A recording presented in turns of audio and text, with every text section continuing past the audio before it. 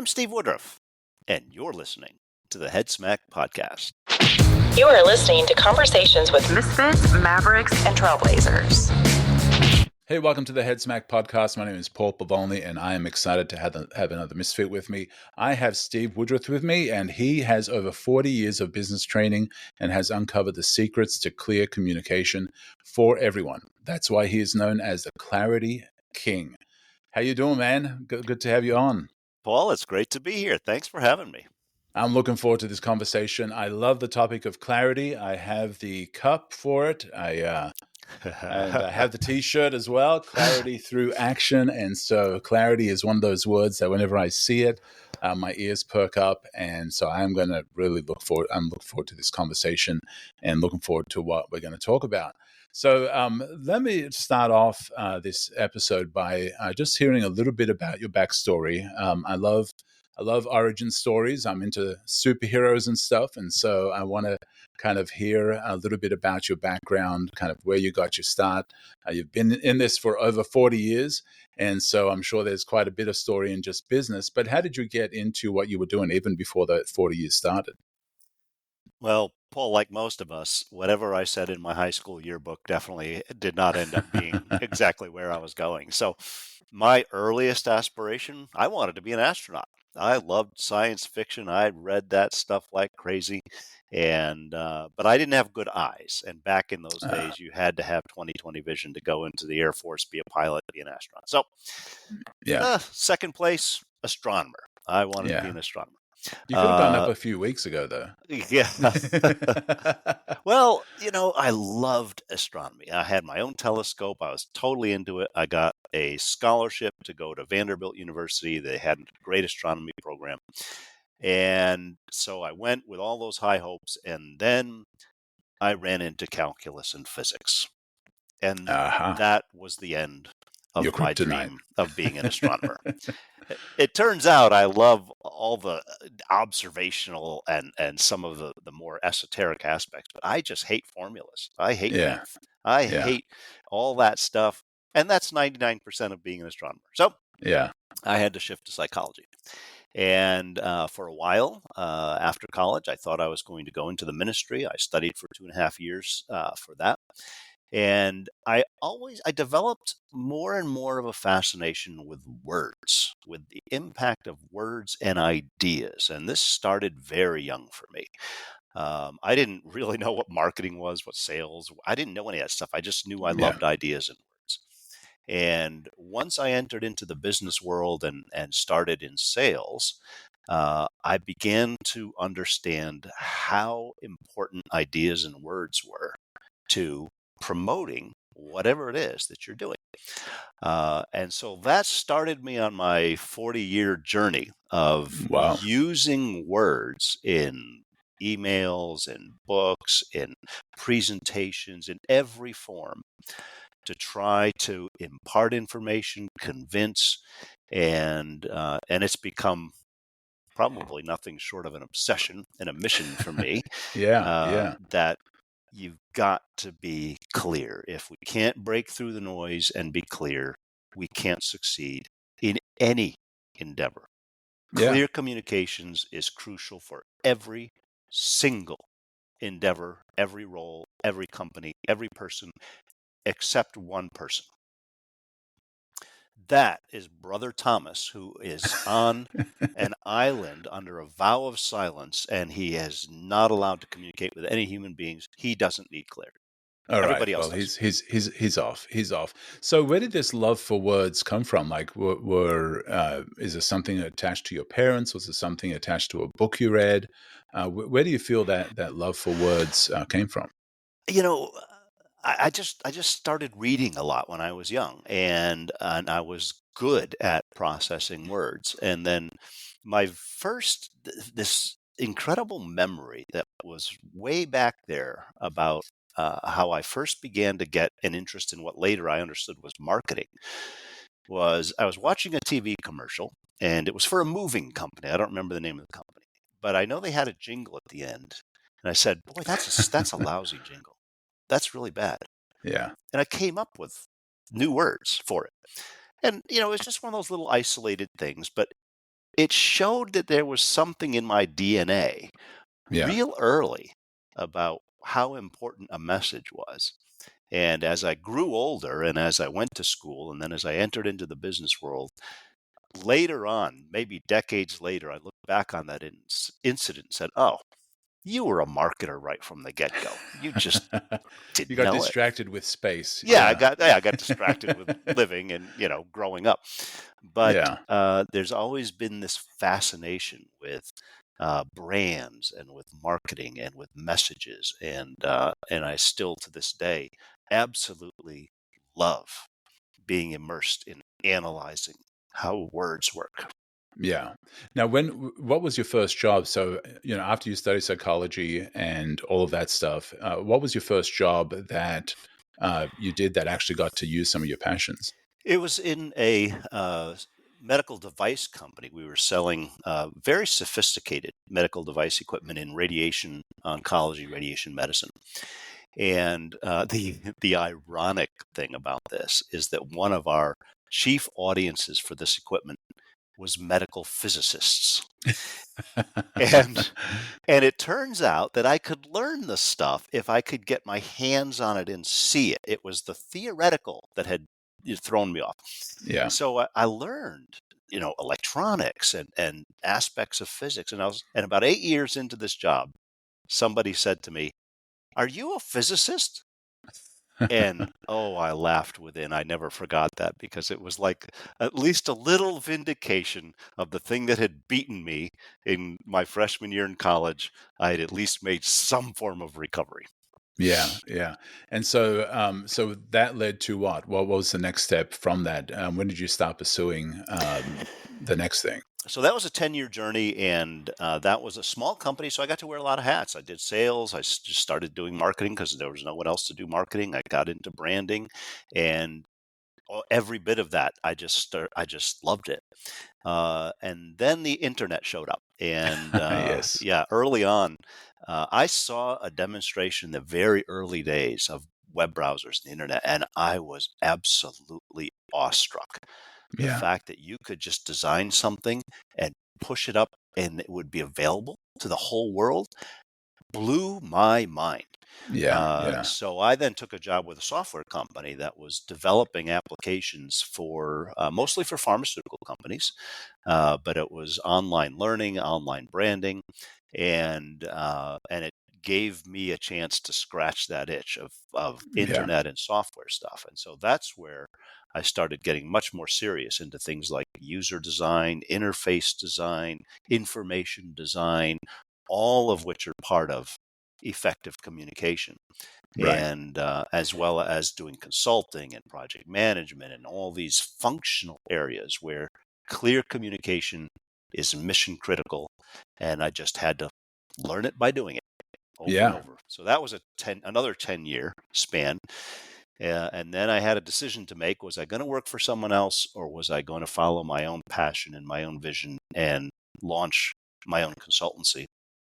And with 5 young boys under my roof and probably too much idealism and not enough common sense, I launched out about 20 years ago on my own and haven't looked back. No, I have looked back once or twice. I think every entrepreneur or solopreneur will have to admit that they've looked back a few times. Right. But Right. but I built my company, my role, my job around me, what I believed was most important, Yeah. and that led me eventually to writing a book and writing another book and workshops and doing clarity stuff full Yeah. time. Yeah. So what you're considered the king of clarity. What does clarity mean?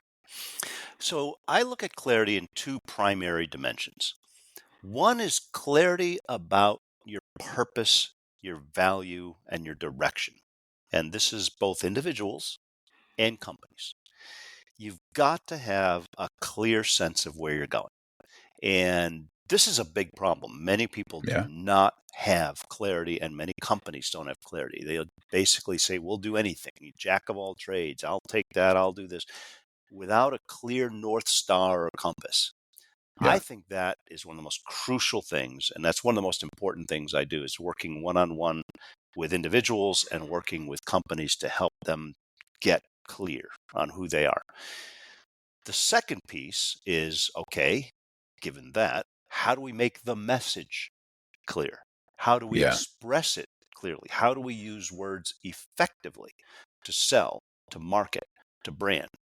And although these two things are separate, when it comes to actual implementation, you really want both together. So if a company is asking itself, well, we do need clarity. What are some of the first steps that you do or take them through to get them to that point of clarity? I know you mentioned, you have your books, you have your workshops and things. What are some of the things that you start doing with them to get them to that point? Well, the first thing is stories. I ask a lot of questions and I harvest the stories out of the company or the key people in a company or an individual that is looking to either launch their own business or in career transition. Same process. I want to know the stories. And I'm very curious and I ask in a sort of a free form but deliberate way. I ask the questions that will bring to the surface what is the unique value of this person or this company? What are your greatest success stories? How did you get there? How have people reacted to this as opposed to that?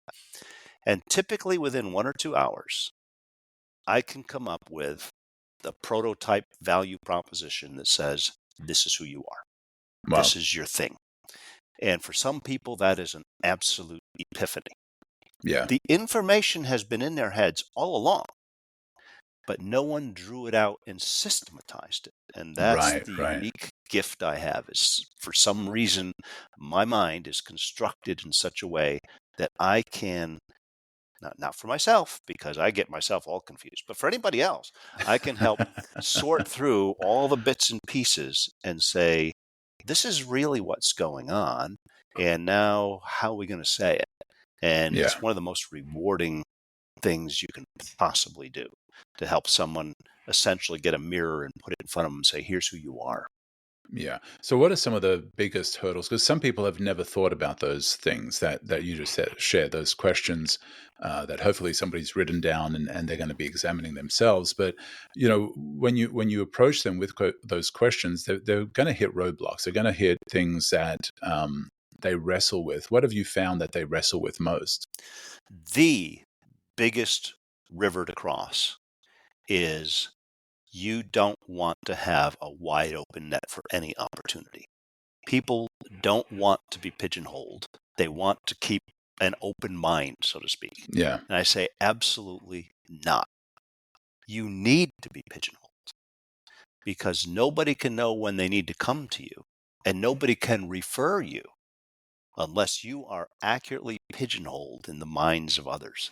And that's why Wow. the Wow. clarity of words is so important, because if I can plant in your mind in 15 to 30 seconds who I am and what I do in a memorable way, you can refer me. And everybody knows that the most powerful driver of new business is referrals. Yeah. But most people do not have a strategy for becoming memorable so that they can be accurately referable.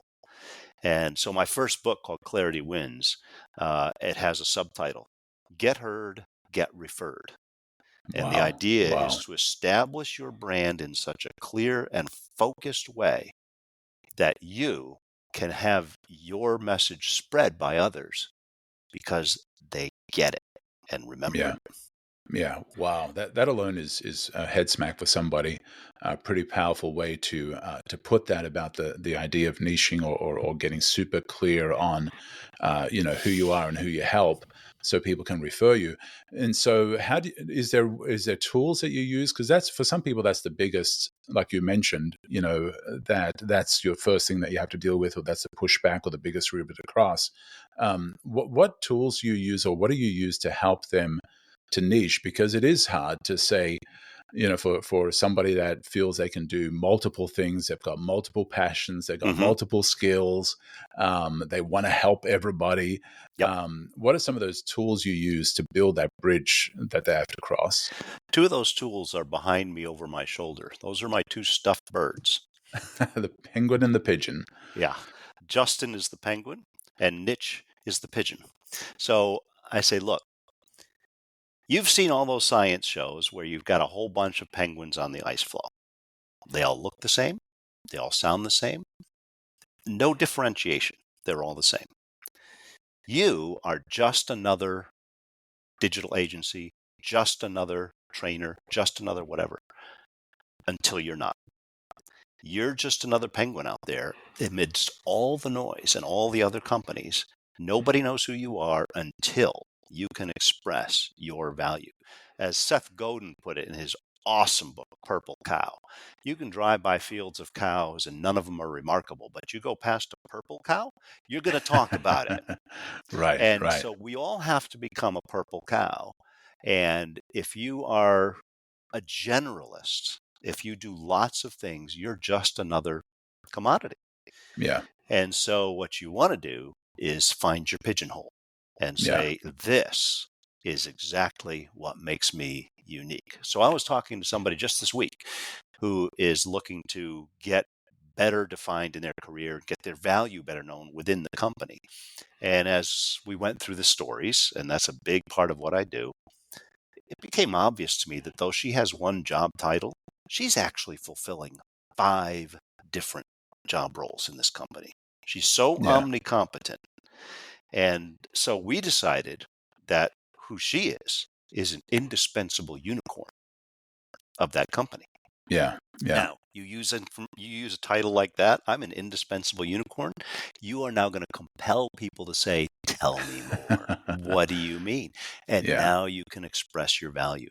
So one of the most important things I do with people is how do you get to a 15-second introduction that's not telling and it's not selling. It's compelling. yeah, It's drawing people out and they want to draw you out. yeah. So tell me about the pigeon. Well, the pigeon is the pigeonhole. So the very people that want to be commodities are the ones that say, I don't want to be pigeonholed. Yeah, And I say, no, you do want to be pigeonholed. You want to be as narrow and niched as you can because nobody can remember you for 5 things. They're not going to yeah, refer you for 5 things. Everybody has like one pixel in their mind for you. So you better occupy the right pixel. You got to right. love your pigeonhole, not Yeah, resist it. yeah. And I think we're like that as humans. Is we like to summarize. That's why we come up with nicknames. We shorten people's names. Instead of Hmm. McDonald's, it's McD's. Instead Yep. of all the we are prone to shorten things to remember them better, and so we automatically start categorizing. That's that person and he's a, or that's that person and she's a. Yep. And so I think you're absolutely right in that. Is that if it's they're unable to do that easily for you, then you've become too broad in what you're doing, and that's going to hurt you in the long run. Now, with a with people battling that, what are some of the fears around allowing themselves to niche or to pigeonhole themselves? What are some of the fears that you deal with? The main fear is that people are afraid of turning down revenue, as if all revenue is equal. Got to Yeah, have revenue. And there's a certain point, when, especially when you're starting out for the first year or two, you can't necessarily afford to turn down everything. But what you want to do is you want to start taking aim at a very specific niche as soon as you can. Because it turns out the riches are in the niches. The riches aren't in the everything. The riches are there. So you've got to find that niche that's underserved, where you've got a unique value, and then you own it. So some years ago, a friend of mine, Chris Brogan, wrote on my Facebook page on my birthday. He said, "Happy birthday to the King of Clarity." And I said, "Ooh, that's real. I mean, that's ballsy, but I like it." yeah, Because it's a perfect, what I call a memory dart. It's a perfect memory dart. You might yeah, forget 20 things I say, but nobody forgets the King of Clarity. yeah, And so I just took that and ran with it. And yeah, part of effective branding for a company and an individual is that shorthand, shortcut picture that you put in yeah, somebody's mind. And our job is to put that picture. It's not their job to figure us out. It's our job to say, here's my pigeonhole. yeah. I love that. And so, are there any other fears for that people that you have to work with them or get over when it comes to them wanting to have that niche or that pigeonhole? You mentioned the financial is one of them. Are Right. there any other things that? One that comes up a lot is people are afraid of bragging, and they're afraid of being viewed as bragging. Wow. And I get it. I understand that. And there's a nobility to that. But the fact is that personal branding is just simply expressing who you are. It's not obnoxious bragging. It's bringing forth, in simple terms, the value that we have. And I have found that I have to help people overcome this feeling of reserve to own their superpower. Yeah. So part of what I do, almost inevitably in these situations, is I have to kind of encourage and push and build them up because Yeah. because Yeah. nobody wants to be viewed as that guy or that gal. But Yeah. in fact, if you don't advocate for yourself, who's going to? Right. So, you want to be able to say, this is who I am, this is my value, this is my superpower. And sometimes you kind of have to push people a little bit to Yeah, own it. yeah, yeah, yeah. I love that. Those two great points. And so, when it comes to the niching or the pigeonholing, what are the different types of niches? I would imagine one would be I am a specialist, and that's my niche, Hmm. or I serve a certain group. Right. Right? Are there any other niches, or is there any other ways you can define those? So Or there are lots of layers of niches. So I talk about vertical niches, which is, I'm an expert in the auto industry, or I'm an expert in insurance or in medical device, whatever you want to define that. There are also what I call horizontal niches that transcend certain industry domains, like an HR specialist or a right? writer or that kind of thing. Then you want to narrow it down to, I work with this specific type of person, this demographic, this title. They have a particular type of felt need that I can meet. And so you just keep moving down the layers until you can say, as my editor, Josh Burnoff, who worked with me on both of my books, he is both an author and an editor and a Sherpa for new authors, but he works on business books. He's not just a general editor. He Yeah, helps people write, or he helps ghostwrite business books. That's his niche, and he's great at it. And he's just said that that's where I'm going to be. Well, that's way better than if his LinkedIn profile just says editor. yeah, yeah, What does that mean? yeah. Editor. And so a lot of companies use generic fluff language like solutions and services and systems, and they don't tell you exactly what they do, who they do it for, and what the pain is that they're fixing. And so they're forgettable. Yeah. Wow. Wow. I love that. And so, yeah, I think somebody's going to need to rewind and listen to how you define that, because I think it's so good.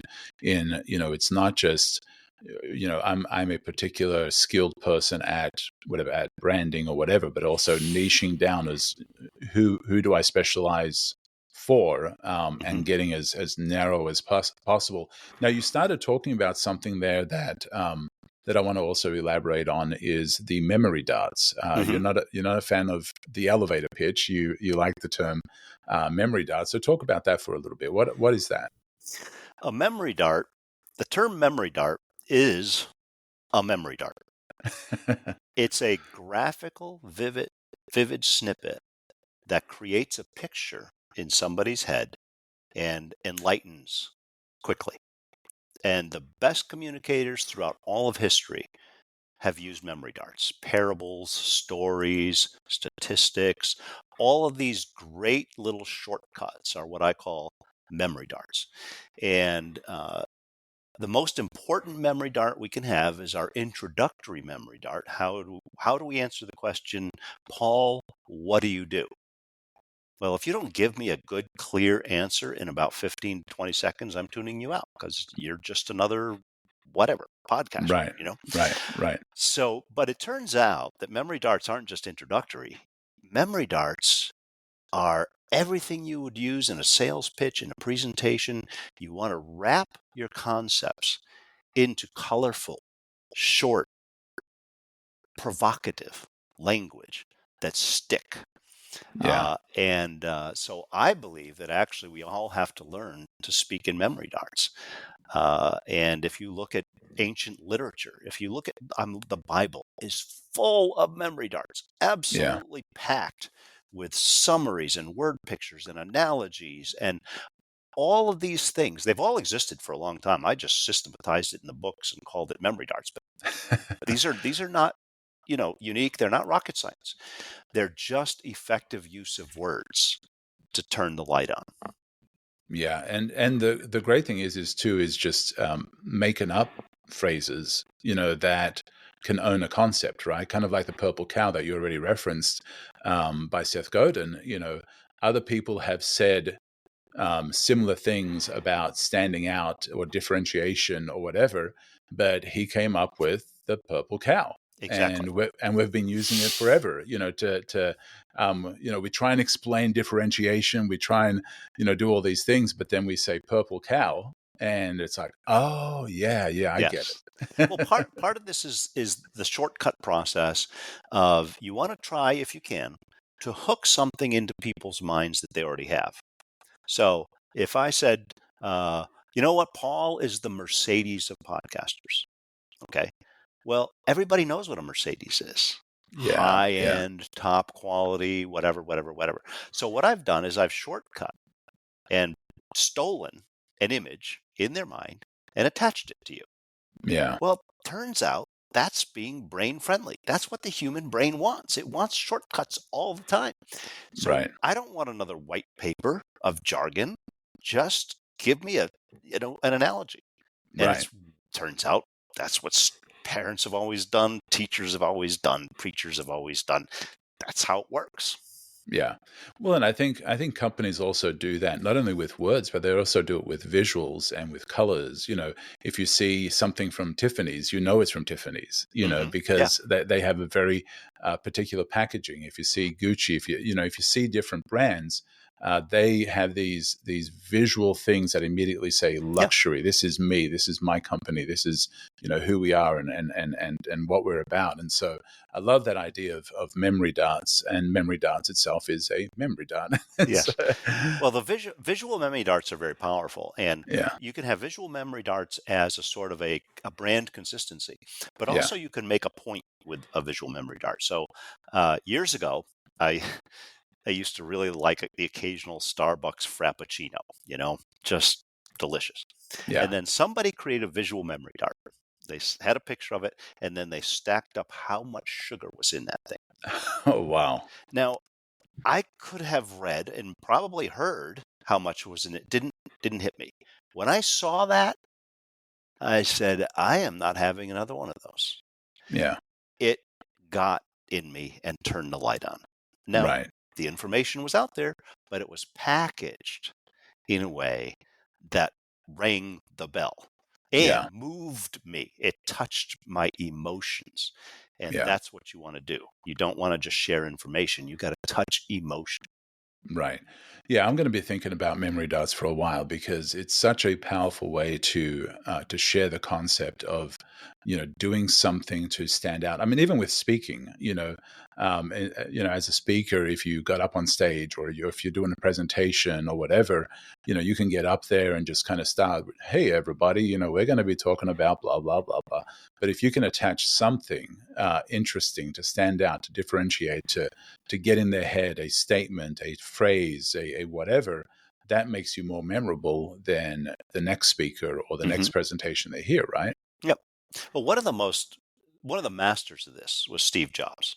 So, do you remember how he introduced the idea of having a little device that would have all these songs, the iPod? Yeah, He called it, "You can have 1,000 songs in your pocket." Oh, yeah, I mean, that is masterful. Yeah, And it yeah, absolutely went viral. Now, right. he could have gone into a technical description of MP3 files. No, we know what a song is. We know what a pocket is. We know what a little device is. And all of a sudden, I want that. I want to have Right. 1,000 songs in my pocket. Oh, it Yeah. was absolutely brilliant. Yeah, yeah. I don't want to carry this big binder around with CDs in it every Yeah. time I want to travel or go anywhere. So it immediately answered so many things of, what does it do and what problem does it solve, and all. Yeah, it was an absolutely brilliant way to kind of stick in people's heads with marketing. And so, as we're talking about communication, there is, you had mentioned that there's a basic science to communication that provides clues to effective communication design. Talk about that for a little bit. Well, I've used the term already, brain friendly, and what I practice and what I have I think pretty effectively demonstrated, and it's pretty self evident in the book, is the human brain is a very busy place. It's processing something in the vicinity of 11 million bits of information per second from all five senses. 11 Wow. million bits of information. Now, you and I, staring at each other on the screen here, this is a 60-bit information flow. We're able to focus on 60 bits. That means that the brain is filtering out 11 million bits so that we can focus. Yeah. How does that magic happen? And that is because of a little neurobiological marvel called the reticular activating system. And one of its jobs is to filter out everything but what's most important right now. And so if we're going to get people's attention, we have to know, what does the RAS, the reticular activating system, want? Turns out we know what it wants. It wants immediate personal relevance. It wants Wow. to know what's important, what's most interesting, what's new right now. Everything else goes away. Yeah. So if I introduce myself, if I get up to present and I don't get the RAS on my side by being immediately relevant, showing why something is so important, why you need to listen, I lose you. Yeah. Every one of our communications has to be front loaded with relevance. In other words, to take sales language and use it in a broader sense, the RAS wants to know the WIIFM, the what's in it for me. Right. Everything is what's in it for me. So I've got to appeal to your interest so that you will go, this is worth the 60 bits. I'll ignore everything else. Yeah. And people think communication is information dumping. No, it's the shortcuts through the RAS that win. And what are some of those shortcuts? I know we've talked about the memory darts. We've talked about several things. Having a niche, having a way you talk about yourself. What are some other tools to break through some of those "what's in it for me" things that might block from you getting through? So one of the things that works really well is something that is surprising. So you start with something surprising. Whenever I tell people the brain is processing 11 million bits and then it's a 60-bit flow for focus, that's shocking. It's Yeah. absolutely shocking. And that makes you go, whoa, tell me more about that. Yeah. Or when I share the statistics about how many emails we get, how many ads we see per day, it's how many times we pick up our phone. Shocking numbers. Right. And so shock is one thing. Stakes, high stakes. If I know something is high risk, high benefit, I pay attention. Yeah. If it's not, I won't. So you have to spell out the stakes. And one of the ways I do that is I tell people, look, you've got a few seconds, the moment of opportunity to open up a communication well. If you don't, you lose. You might have invested $25 million into your offering. If you don't secure attention in the first few seconds, it doesn't matter. That's what's at stake. That's why you can't treat communication as a nice to have. Yeah. You've got to pay attention. So those kind of things that jar and that hook are what enable us to win the RAS battle. Wow. And so, as people try and figure out what those words are for themselves, do you have a way to take them through that? Because clarity is the best thing. Clarity is the amazing thing. Clarity is what we all strive for, but we sometimes have a hard time finding that clarity of, Yeah. what is it that I do? So I know we've shared quite a bit already. Are there any other things that you'd like to share about helping them get to clarity? One of the most important perspectives is it came from a piece of artwork that Hugh MacLeod, who goes under the name Gaping Void, he makes these really interesting little drawings. And some years ago, he put one out, and it was just fascinating. It said, "You can't read the label of the jar you're in." And I Yeah. looked at that and I said, "Holy crap!" Now that was a memory dart, and I bought that piece of art. It's actually right behind me. And I have used that phrase. Nobody knows where it came from. I don't know who originally, people think I came up with it. No, I've just promoted it like crazy. Because when soon as people hear it, it sticks. Yeah. It's a universal truth. We have trouble seeing ourselves objectively. In fact, we can't. We're all subjective. Yeah. So we need others to help us see the label of the jar we're in. And one of the things I do, besides teaching and writing about the principles of clarity, is I serve as a consultant to help people gain clarity. And this is very Yeah. much a sort of you got to think of it like a doctor. You're dealing with an individual. You've got Right. symptoms, you've got specifics. There are general rules, but this individual has this background, these stories, these strengths, this life situation. So there's no magic wand. You have to kind of work it through. And part of being in multiple roles in business in 40 years is you begin to gain a business perspective, a Right. practical perspective that AI can't replicate, where you can talk to somebody and say, I could envision what you're doing applied over here in this Yeah. way. And Yeah. they've never thought of that Yeah. Wow. because they're just in their little jar. Yeah. Well, and I think that is the thing is sometimes we try and get clarity ourselves, but having an outside perspective, see the obvious sometimes, Hmm. I heard somebody once recently mention about therapists is, they ask good questions that get us to say the things that we already know, and I think that happens with a lot of businesses and even with coaching and things like that. Is sometimes it's finding somebody that can ask the good questions Yeah. that can get you to where you need to go. One of the analogies I used to actually literally bring a box of M&Ms to the clarity sessions with people, and I'd spill out the box of M&Ms, and I'd say, this is what's in your head right now. Yeah. What we're going to do is we're going to start putting it in order. We're going to arrange the yellows and the greens and the oranges. My job is to just get you to dump out all the M&Ms, and then we're going to figure out how to do it. And yeah, we can't do it ourselves. I need help. I have guys in my mastermind that help me because I get myself all wrapped around the axle. I'm Yeah. stupid when it comes Yeah. to my own stuff. And I need outside input. I need outside affirmation, encouragement, creative thinking. I can't read the label of the jar I'm in, even if I can read somebody else's pretty well. Yeah, that's so good. And with one of the things that I've recently leaned into, and like I mentioned, I have it on my cup, clarity through action. Because for me, it's sometimes you get clarity just by in the doing. I don't know what I'm good at. I don't know what I should do. And sometimes it's just a matter of Peter stepping out of the boat and figuring out that the water holds. Correct. And so do you deal with that with people as well? And how do you work with them when it comes to that? Yeah, absolutely. I have a story from long ago when I was in my 20s before I became a clarity consultant. And I had a friend of mine. I was young married. I'd been married for a few years, and he was dating this gal and trying to figure out, should I do this?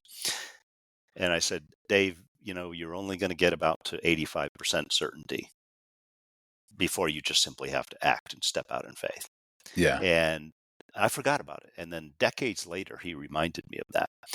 But I use the same 85% rule, which is quite arbitrary, by the way, but it's handy for me.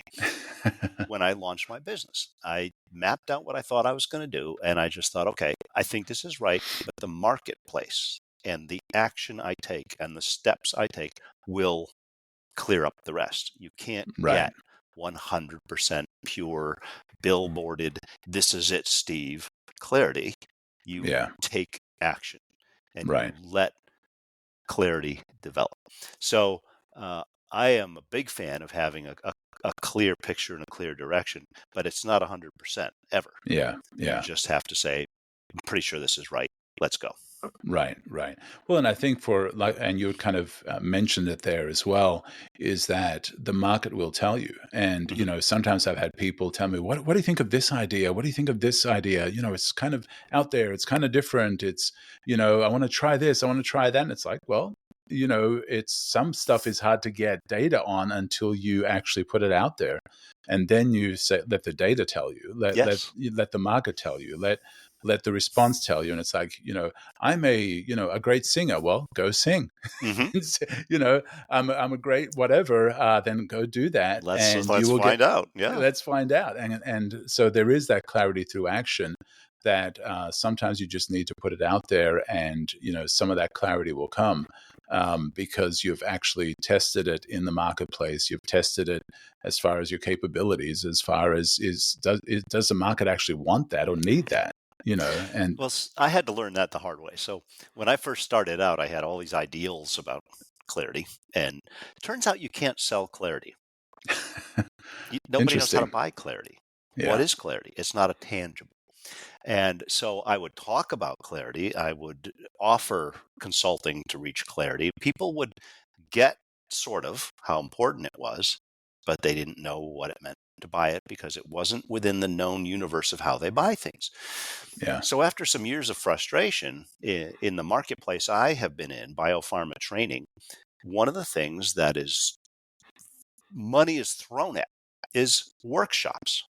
And I was always into more the electronic digital stuff. And so I sort of poo-pooed workshops. But then I realized people are spending millions and millions of dollars on workshops because they know what that is. They have it in the budget. I need to take clarity and package it into workshops on leadership clarity, email clarity, personal branding. And then all of a sudden they could buy it. So Yeah. part of clarity and part of reacting to the marketplace is you've got to be able to give something tangible that people can understand, even if you're in a sort of a unique thing, because if you try to go too far, they can't relate to it. Yeah. And so I had to learn that one the hard way. And I've talked to lots of people that, look, you've got to have an offering that's packaged in a way people can grasp it. You have to have a formula. You have to have an acronym. You have to have a way of saying it that someone says, oh, I can buy that. Yeah. And yeah, it took a while to figure that one out. So how do you sell clarity now? You said you had a formula, you had an acronym. How do you sell clarity now?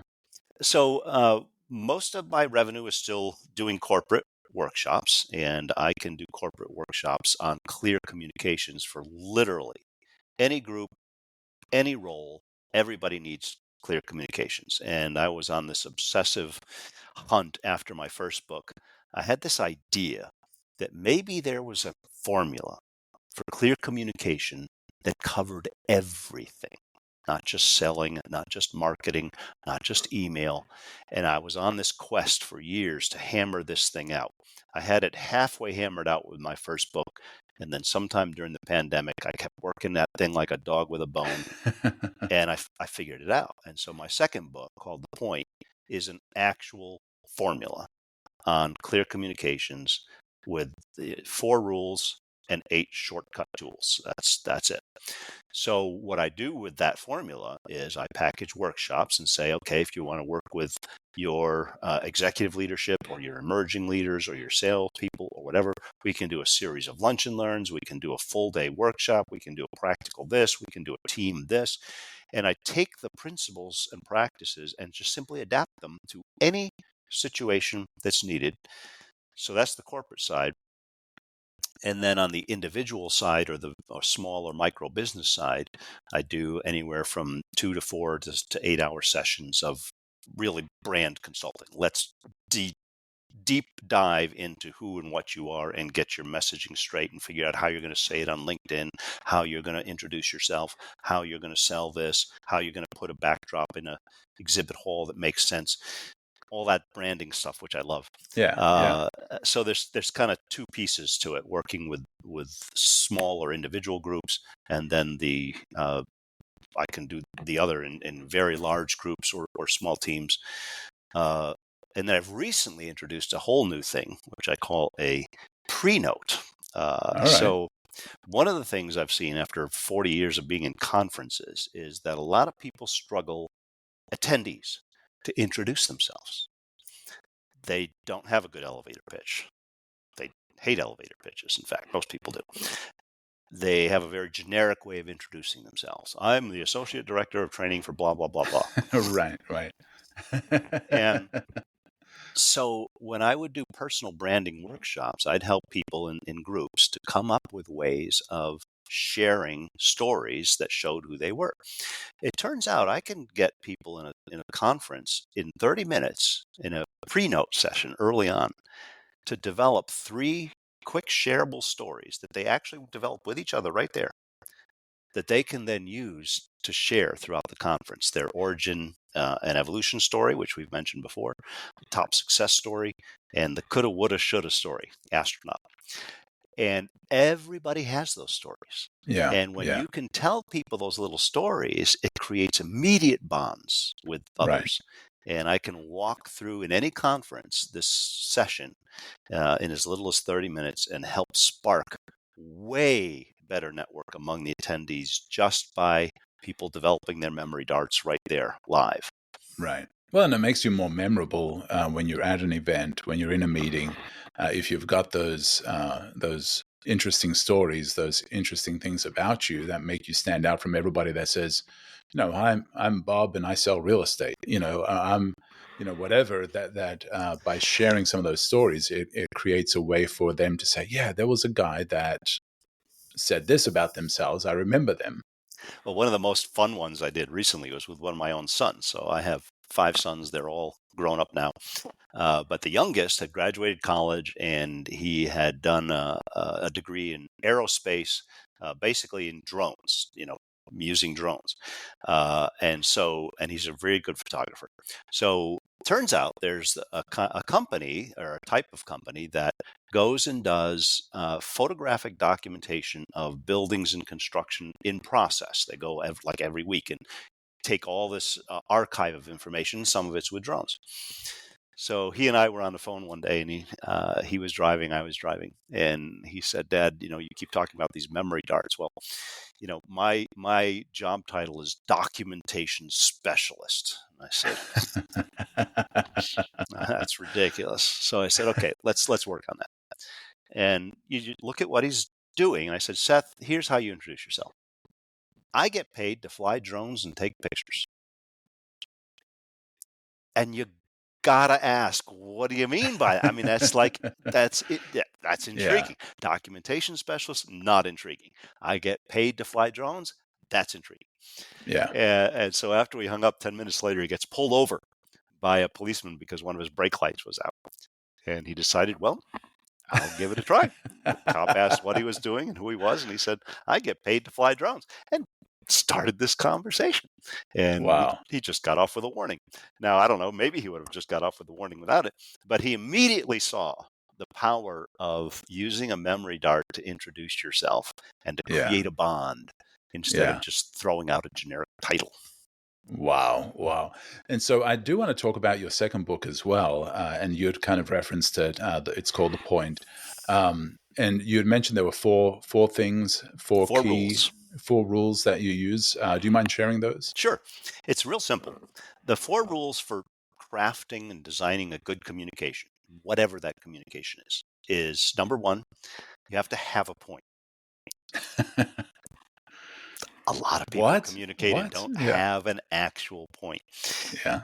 Then, secondly, you've got to get to the point. You've got to quickly because the RAS, got to quickly show the relevance and where you're going. You've got to let me know what's in it for me and why I should tune in.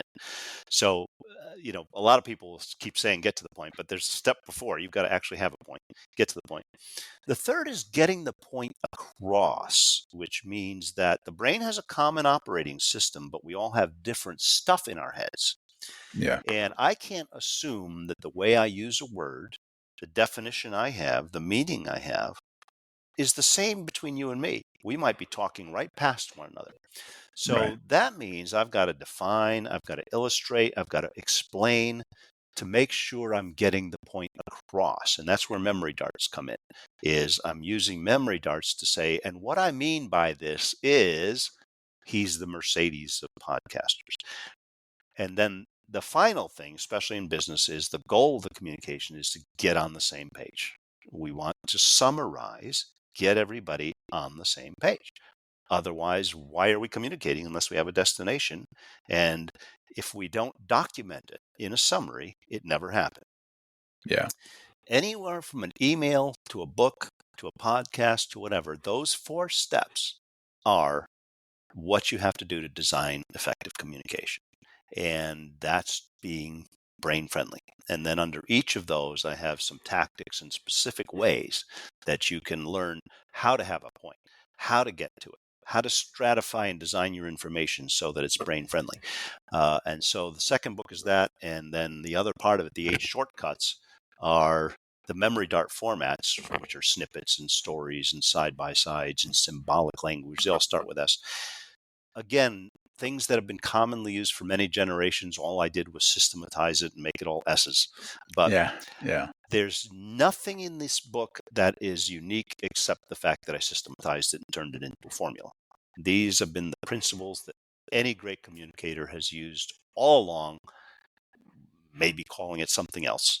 But with those 8 rules, those 4 rules and those 8 tools, anybody can be great at email, at presenting, at interviewing, at leading, at whatever, because the human brain is the human brain. It works a certain way, and information needs to be packaged in a way that works. Wow. And so for the fourth point, you mentioned summarize. Is that to capture the people that might have got distracted, tuned out, ADHD, whatever it is you basically bring them back to Yeah. all the previous 3 things, right? Yeah, we have to assume that communication isn't going to work. We have to assume the endless capacity for miscommunication, misunderstanding, forgetting, selective remembering, all of that. And the reason why summaries are great, little bullet points, little summaries, little action items, is because whatever the bulk of information that has been shared before, that's not brain friendly, that bulk. The summary is. So after a meeting, the summary before the meeting is the agenda. Here's where we're going. Here's the point. The summary after is here's the roadmap. And the human brain needs summaries. We just do. We cannot hold in our heads a huge pile of 60,000 concepts. Summarize it for me. Right. Well, and it's basically like, here's what I heard. When you're sending a summary to somebody, here's what I heard. Is that correct? Yeah. And when you're speaking, it's in case you tuned me out, in case your mind went somewhere else, or in case you misunderstood or misheard, or like you mentioned, sometimes we have filters that we hear things through. Here's what I want to make sure that you got all the main points, right? Yeah. The classic, you've probably heard this before, I think people talk about it in reference to teaching, is tell them what you're going to tell them, and then tell them what you told them. It's the same principle. Yeah. We need repetition, and we need ways of piling the information on and condensing and distilling so that we can walk away with it. Man, so good. So many head smacks along the way. And I do encourage you to check out his books, both The Point as well as Clarity Wins. And so tell me a little bit more about, how people can get a hold of you. Who do you help? How do you help them? Who do you not help? Yeah. So the interesting thing I've discovered about who I can help is I can literally help anybody if they have some humility about them. You've got to be ready to have someone else look at the jar and speak into your life. So if somebody wants to understand who they are, where they're going, and how to say it, really the principles are universal, and it's not even just business. It also applies to every other part of life. Everything I've written in these books can be applied to teaching, to preaching, to parenting. It's all the same. It's just human interaction. And so I work with a whole variety of different people, and it's all the same. I don't need domain expertise to help people formulate nice packages of words. So stevewoodruff.com is my website, and that has a lot of information on the different offerings. A lot of what I put out is on LinkedIn. I use LinkedIn most because a lot of what I've done has been more business focused. So I have a LinkedIn newsletter called Clarity Blend, and that's where it's easiest to find me, as well as in a couple of local coffee shops here in Franklin where I meet with people all the time, and we do clarity sessions, and of course many of them are Zoom, and I'm working with people all over the place, but there's nothing quite like face to face in a coffee shop. Yeah. Now I know you offer like a 90-minute session for folks as well. What do they come out of that session with when it comes to a clarity session? Yeah, so a 90-minute clarity session, which I price, very reasonably, between $500 and $800, is they come out with, usually depending on what their goal is, a headline introduction, a hook, a very effective hook that they can use to introduce themselves and to put in their headline on LinkedIn. LinkedIn is another area where if you just have a generic headline under your photo, you're forgettable. You want to put something really good there. So we work on that. We work on the quickest summary of what your offerings or what your value is.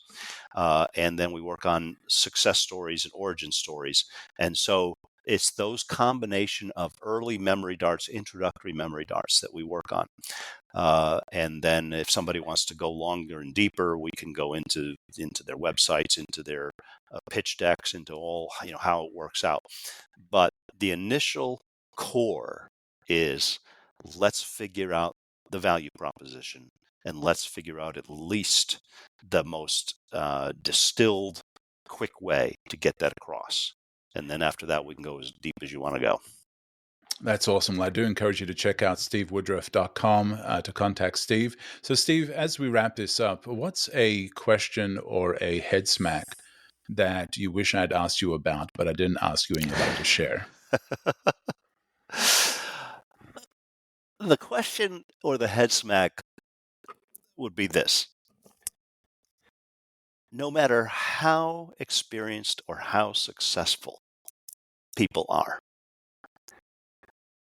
you'd be shocked at how often they need somebody to just simply affirm what they're really good at and what they're all about. It's amazing still to me that people can be incredible human beings and not know what makes them tick and why they're awesome. Yeah. And one of the most valuable and liberating things we can do for each other is reading that label. Whether it's, it's in business, yes, but it's one of the most important parts of parenting, and helping to identify in your children what makes them awesome, and in your friends and people in your church. And it turns out that just about everybody except the worst possible narcissist and sociopath needs intelligent, insightful affirmation. We all do. And we should always assume that one of the best things we can do for somebody is say, you're awesome at this, and here's why. Not just blowing smoke. Here's the specific thing that makes you amazing. You can absolutely make someone's year with a 2-minute interaction like that. Wow, so good. Great way to wrap this up. I can't believe it's already been an hour. This has been an awesome conversation, Steve. Thank you so much for coming on. I do encourage you to check him out on LinkedIn, check him out on his website, stevewoodruff.com.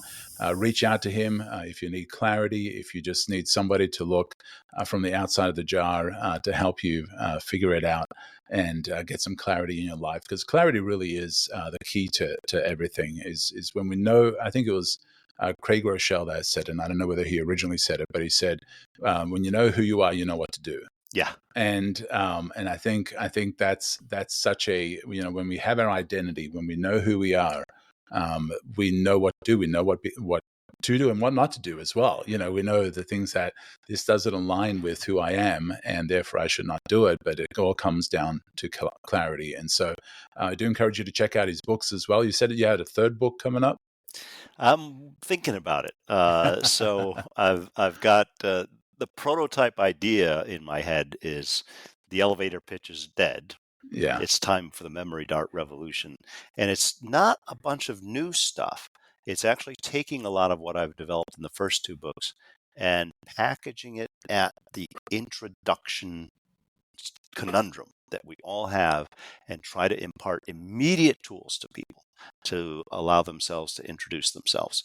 And so you have to have a bad guy when you have something you're offering, and my bad guy is the elevator pitch, the contrast, and the good guy is the memory dart. And out of all the things that I've written in the book, it seems like the memory dart concept is the one that lands. Just as you said, take action, put it out there. I did not expect memory dart to be the thing that landed as hard as it is, but that's what it does. So yeah, and you just put it out there and you just see what happens, and that happened. And if it didn't happen, then you'd come up with something else, and correct, and keep putting it out there. Well, Steve, thank you so much for being on. This has been amazing. Really appreciate your time, Paul. It's been great getting to talk to you. All right, and we're done. Man, that was awesome. So good. That was fun. That was so good. I enjoyed that. Yeah, that was great. I love doing podcasts, and once you start getting in the groove, it's like it's effortless. Yeah. I love recording them. I don't enjoy being on them as much. Haven't been on a ton of them, but I really enjoy having these conversations with people and just talking to them, and just hearing their stories and hearing what they have to share and stuff. And so, I love this part of it. You brought up actually one of the really interesting head smacks that I didn't explicitly mention, which is that when you have clarity about yes, you have far more clarity about what you can say no to. And this is where a lot of the confusion is. People don't know what to say no to because they haven't decisively said yes to their pigeonhole. Turns out you make people's lives way simpler when they have clarity, because then you can immediately say, nope, that's not in my wheelhouse. I don't do that. That's not my domain. And it really changes things. Yeah. Well, that's not who I am. That's not what I want to align with. That's not what I'm about. That's not what my vision is. Yeah, absolutely. I love that. Yeah, I need somebody to look at my label as well sometimes, because I think no matter how good you're at certain things, sometimes you're kind of blind to your own things. Like they say, the cobbler's kids have no shoes, and we sometimes miss our own things. And so with me, I've kind of wrestled with it as well. It's just trying to figure it out. Because you're a human being like the rest of us. Yeah. I mean, I love this podcasting thing, but I also do brand strategy and design and all of that, and so people have asked me, well, so how does the podcast align with your brand strategy and design? It's like, well, it doesn't a whole lot, but it's just something I love doing. I wanted to have these conversations with folks from different disciplines, and so I'm still trying to figure it out myself, but this has been very helpful, and I'll be checking out your books and following along your story on LinkedIn as well, and following along with what you do. And I'm glad we connected. Yeah, me too. Oh, by the way, head smack is a great memory dart. Thank you. Well, actually, what it is, as a young creative, I would get called into these meetings, and they were brainstorming meetings. Yeah. And so they were like, well, let's bring the creative guy in to have these brainstorming meetings. And so we'd get into these meetings, and everybody would kind of sit there and just play on their, Blackberries, or, they'd fiddle around, or they'd bring gadgets, clay and hats, and let's brainstorm. And they'd have a sheet of paper, and it's like, okay. And they'd just kind of stand there not knowing how to think creatively. And so it kind of started me on this journey of, can people that are not creative think creatively? Mhm. And so I started like researching and reading books and stuff, and found some frameworks that I liked. And so I modified those and came up with the acronym HEADSMAC. Mhm. And it's kind of a 9 catalyst words Hmm. that help people think creatively, that kind of prompts this creative thinking. Kind of like we had mentioned, in the chat about, asking the right questions. Sometimes a coach or a therapist is a good one, is the one that asks the good questions, that pulls it out of you. Yep. And so these 9 words kind of pull that out of you to help you come up with creative ideas and solve problems in a creative way. And so that became HeadSmack. And it's kind of so like that funny. aha moment, that, Mhm. oh my goodness, that's so obvious. Why didn't I think of that? And so that's kind of where that came from. But I've kind of been sitting on it for a while, because once again, it's such a separate thing from designing logos and websites and whatever. It's, creative thinking and getting people unstuck. That's a separate thing. But then when it came time to do the podcast, I thought, well, maybe I can do a podcast that is about creative thinking and creative people. And I thought, well, how many guests can I get on for that? That seems like such a niche thing. And then I was driving home from St. Louis, and I was just really wrestling with, God, help me with, I want to do a podcast. I want to call it Head Smack, but I don't want to just be about, interviewing creative people or creatives. And I'd started a separate thing called Kingdom Misfits, Mhm. for creatives that kind of feel out of place in the church and in the kingdom of God, and kind of sometimes they're the outsiders or the weirdos. And so I like the word misfits. And so in that drive home from St. Louis, my wife and I were just driving quietly in the car. She was reading, I was just driving. And it was Conversations with Misfits. It was, when that came to me, I'm like, that's what I want to do. I just want to talk to unique people from all kinds of different disciplines that have achieved all kinds of different things, that have different specialties, and just have these conversations. I don't want it to be an interview. I don't want it to be I don't want it to be political or overly controversial. I just want to have these conversations with people with great ideas. And when I brought those two together, it's like, yeah, I want these aha moments for people to listen to the podcast. And I've often said, one idea well executed can change everything. And that's the head smack, is like, oh, wow, if you just took something that Steve said today, and you took that and executed on it, it could change everything. It would be that aha head smack moment for you that could literally change your life, your business, your whatever, your ministry, whatever it might be. And so that's kind of where that came about. That's It's the cool story because of I it. didn't even know it was an acronym for the creative thing. I just looked at it as just a great uh, a, a great analogy, one everybody can relate to. Oh man, either I wish Yeah. I'd thought of that, or the epiphany, the aha. Yeah, exactly. Everybody has that. So one of the things I do when I encourage people to, and I help them create an origin evolution story, uh, the second piece of that, I have four parts to it. I started here, then this happened. The Yeah, change, the yeah, thing that got you in that direction, for me, physics and calculus. yeah, Now I'm doing this, and here's where I'm going. So using that simple 4-phrase format, you come up with an origin evolution story. But the interesting thing is the then this happened, or the head smack, the thing that's like, yeah, yeah, and you can build off of that into a tremendous interview and story, yeah, because we all yeah, have them.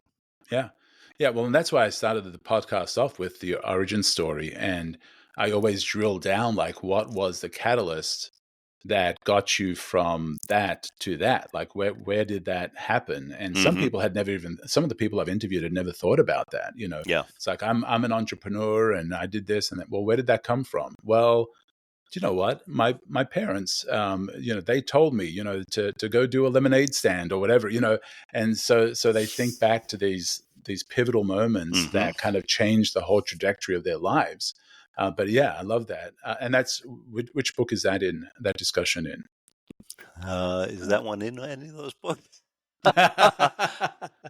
I'm not sure it is. That's more on the pre-note and the personal branding part. It's Yeah, probably in there somewhere. yeah, I love it. Uh, I love but it. I've had several. One of them was the book Now Discover Your Strengths. That was life-changing for me.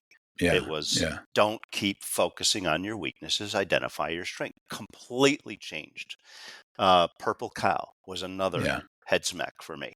And so there were just a few of those along the way. And then Susan Cain's book, Quiet, about introverts and why it was okay, not only okay, but it was fine to be an introvert.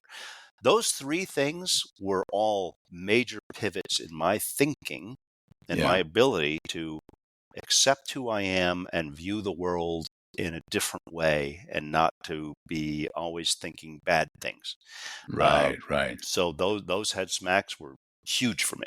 Yeah, yeah. And I think as we look back in our lives, we all have those. We all have those moments where, and we don't think about it, but it's like, you know what, that book or that movie or that presentation or that speech or that sermon or whatever really was the catalyst that changed the trajectory to my life. And sometimes it's even negative. It Hmm. was, that person said this about me, and ever since then, I've never been comfortable with this, or I've never Yep. wanted to do this, or I've always avoided this. But it's we don't often identify those or recognize those, and then deal with them because we just don't know they exist until Hmm. we think about it. Yep. Yep. Well, Paul, this has been awesome. Thank you so Yeah. much for Oh, having me. I've And been recording this whole time. Let me just stop the recording. we could